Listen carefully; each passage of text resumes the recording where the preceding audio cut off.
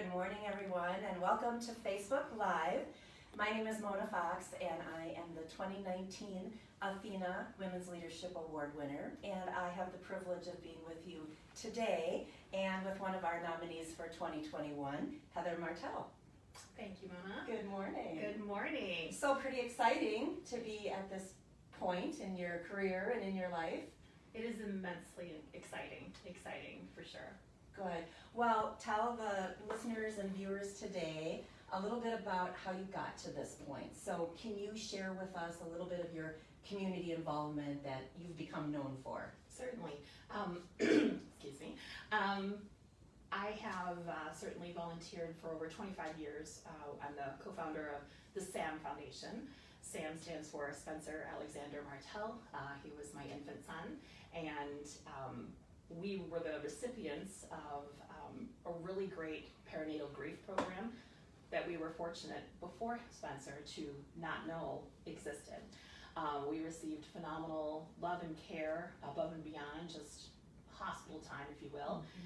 Gifts that were donated by volunteers, tangible items like clothing and memory books and blankets, and still friends with my nurse, 25, almost 26 years later. And we watched our families continue to grow. And when we were such recipients of that kind of love from the community, we gave back, and in his name, we would give anytime friends had babies over the years. We would bring, when we would go visit them, we would also bring something in honor of that baby. But yeah, it's been difficult with the pandemic to be able to, in the last couple of years, give, because there's definitely restrictions, and careful for those in the NICU, but it's an amazing program, and I'm honored to have been his mother and to step out in his memory all these years. Yeah. I also serve for the last 6 years on the Festival of Trees Committee, and I've been the gala chair. I have been the chair for the Teddy Bear Breakfast, which is 290 children twice on a weekend. It's a few little right, energy-filled bundles. Excited because Santa is running around just after Thanksgiving, and it's a great kickoff to the holiday season. And the festival's purpose is to raise funds for the 2 community rooms at the Aspirus Hospice House, as well as community hospice services. And those programs serve those in our community who might not otherwise afford end-of-life care everyone deserves. So it's a lovely event for community goers with a very important purpose. Yeah. Additionally, the long list. I served as a founding, or I still serve as a founding director for the board of the EMPD Blue Hearts. Everest Metro Police Department is what EMPD stands for. After the devastating effects or events on March 22nd, 2017, when the Wausau community lost 4 phenomenal community members, one of whom was Detective Jason Weiland. His family and his loved ones, his colleagues who were brothers and sisters to him, and their loved ones received just a phenomenal outpouring of support. And they were like, what do we do? We need to give back. And so they took some time, and EMPD Blue Hearts was born as a way for the loved ones of those serving in the police force. It's more than just the Everest Department, but there's Wausau PD and Marathon County Sheriff's Department. The loved ones of those who are serving on those forces are giving back to their communities as a way of, sharing and continuing the love and support that they've received. So I'm honored to serve on that. Former board president for the DC Everest Idea Charter School. I'm a Launch Youth Leadership Volunteer. That's a local conference founded by another ATHENA Award winner, Allison Little. And I'm honored to be a teacher for that as well. Did I get everything on the list? I can't remember. Let's see, Facebook doesn't have a deadline, so we can just keep going. For sure. Yeah. For sure. Well, you've been a fierce advocate for a lot of programs, and what I think is so inspiring about what you do is you've taken heartache and grief that you've experienced and others may be experiencing through hospice care and through the police department, and you've made such great things come from that. That's got to be very rewarding and very humbling at the same time. Any other examples you want to share of where you've really advocated, especially for women, in the community or in your workplace? Certainly. I consider myself a fierce advocate, always at the ready, for whomever and whatever the cause. If I'm asked to, or if I see a need that needs to be filled, I'm the first one to grab a microphone and shine a spotlight on. You need a microphone? Not really. I mean, Brian's camera will tell us if I really need a microphone, but not often. I got big lungs, and right, I learned how to use them early, and so I use them for all the right reasons. There you go. But if I see a need that needs to be filled, I will step up to the challenge and tackle it in whatever way, because if I can help this much and the benefit is this great, as a small cog in the wheel of whatever it takes to shine and promote and empower, then that's what I'm going to do. Yeah, that's like the epitome of ATHENA, I think, is stepping up and leading. But that doesn't always just happen. Sometimes we're influenced by others. Can you share an example of maybe a woman in your life, your history, that influenced you, that maybe helped that spark for you? Certainly. There have been many. I think I should always be open to the life lessons of the leaders around me. So I'm always, open for whatever lesson is going to come my way. There are several. Some of them have done some private influencing and direct help. There have been times when struggling as a mother of a cancer patient, my oldest daughter was 15 when she went through her cancer battle. And at Christmas time, there was a knock on the door and said, hey, here's a platter of cookies. And then they gave me a hug and they walked away and just said, I believe in you, and I know you've got this. And they walked away and there was a Christmas card, and inside the Christmas card, she and her husband had gifted me their Christmas money to each other to take care of myself and my family at the time. And it's a good thing I know how to talk on a microphone, because many times I still think about that I need to be worthy of that kind of life leadership, to be worthy of their belief in me and what I can do. And she continues to be an amazing influence to this day. I call her a soul sister. So yeah, great term for it. yes, definitely, definitely. Well, one of the questions we like to ask the ATHENA recipients is to give an example of a time they were courageous. And I think you have written a book on that. Wait a minute, you did write a book on that, about being courageous, about stepping out of your comfort zone, about being a leader. Can you tell us a little bit about being an author? Yes, I'm a banker by day at People's State Bank. I help people, business customers, cash flow their business using solutions here, but all other hours, I'm an author.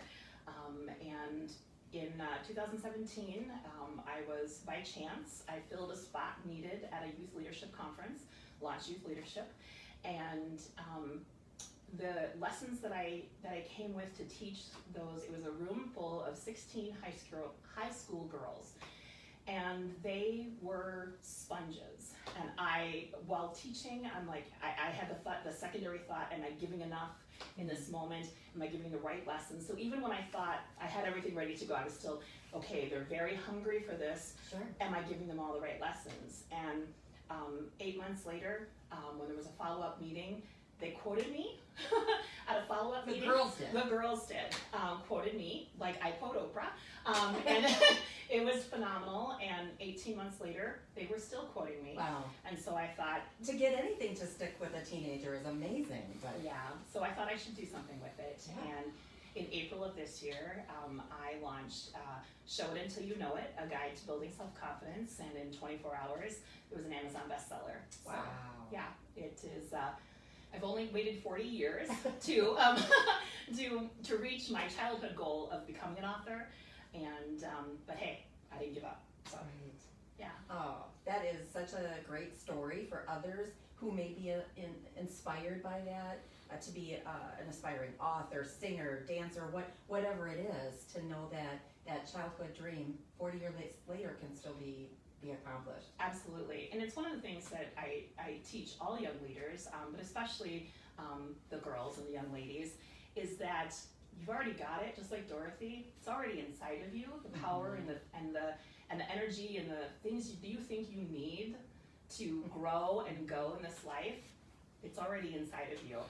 Sometimes it just takes me shining a spotlight on them to remind them that they already have the power and that they should know their worth and to know that they're worthy. And knowing those key things, they're limitless. Yeah. The future is limitless. Wow, and as you say, they are the future. There's also future leaders in the workplace, and I would imagine that you've had the opportunity to mentor some women that you've worked with over the years. Any particular examples that stand out in your mind of somebody that you kind of look at and say, I had a hand in that? I do. There's been a time, while I may not have had the organizational, decisional capacity to promote someone into a leadership position, I had the opportunity to bring a young woman into a committee. It was working on a strategic goal, and in that moment, by bringing her on, I was giving her the platform, and I just shined my little spotlight on her, and she brought a phenomenal perspective and a point of view that I don't think our committee would have necessarily have as maybe fully and thoroughly vetted. Sure. And it was an important point of view for the overall growth of the organization. I can tell you the committee and our project was very successful, as was she, and she went on to get that promotion that she deserved. Right. And it was with great pride when I watched her turn around and do the same thing for another young woman. Perfect. And it was setting up a trend of success, and I am still proud of her to this day. I know you're out there, I'm not gonna say, but and it is simply amazing to watch. And what I think my biggest takeaway from that was, it was just a really great reminder that by bringing another woman along with me, we both climbed higher. Sure. In what we could do, what we could attain, who we could Great be. lesson. And that I was never going to have all the answers or all the points of view, but I definitely could find the people who had all the answers. Sure. And it gave me opportunity to be a student as much as I thought I was being a teacher in that moment. And just the lessons that from that day, I try to continue. Yeah, I think that's a really good point for our viewers, is you don't always have to be in a position of being a boss or a leader yourself to bring others along. And as you said so perfectly, it's a win-win, because you grow and that person grows. Yes. And what a great combination.